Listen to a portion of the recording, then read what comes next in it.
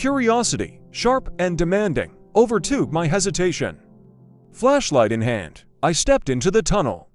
The air was cool and damp, the walls rough and encrusted with what looked like centuries of grime. I walked for what felt like miles, the beam of my flashlight a small, brave spot of light against the overwhelming dark. Suddenly, the tunnel ended, and I stepped out onto a platform.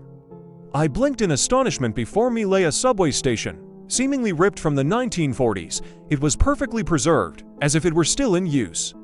Advertisements for victory bonds adorned the walls, and the scent of old, dry wood mixed with a faint trace of tobacco smoke hung in the air. My footsteps echoed on the stone platform as I moved cautiously forward. The station was eerily quiet, no announcements, no clattering of trains. Then I saw them, people, or rather, figures that resembled people, each dressed in period attire, their faces blurred and indistinct, going about their business as if I wasn't there. I remembered the first rule: do not make eye contact. Lowering my gaze, I observed them from the corners of my eyes. They didn't speak or interact with me.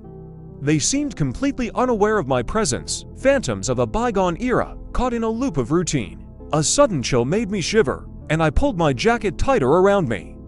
As I ventured deeper into the station, I recalled the second rule: do not speak to them. I bit my tongue as a spectral old man nearly bumped into me, muttering apologies to no one as he shuffled past, newspaper under arm. My attention then shifted as a figure distinct from the rest paced the platform. It was a man in a conductor's uniform, his face harsh and creased with what looked like perpetual anger. The uniform was impeccable, the buttons polished to a shine, and his cap pulled low over his brow. As I watched, the conductor stopped and surveyed the platform with a scowl, his eyes seeming to look right through the spectral passengers.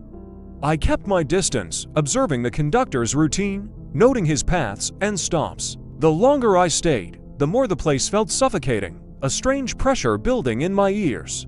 Remembering the final rule, I knew it was time to leave. I couldn't risk getting trapped here. I turned towards the tunnel, then hesitated. On the ground near where I had appeared was a handful of coins, old and tarnished.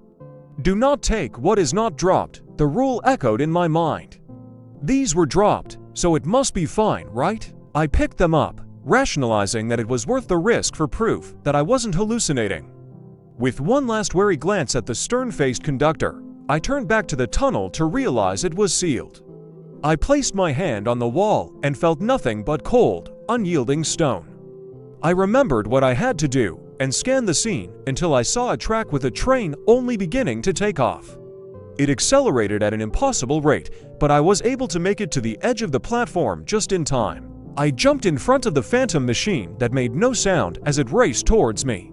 Closing my eyes at the last moment, I braced for impact only to find myself tumbling onto the cold, hard tiles of my bathroom floor. Gasping for air, clutching the coins in my fist, I lay there for a moment, the reality of my apartment crashing back around me. I had escaped the station, but the station hadn't quite left me. As I stood, shaky and disoriented, the weight of the coins in my hand was a solid, undeniable confirmation of the night's reality. The portal was real. The rules were real, and I had a fistful of evidence. Like and follow for part 3.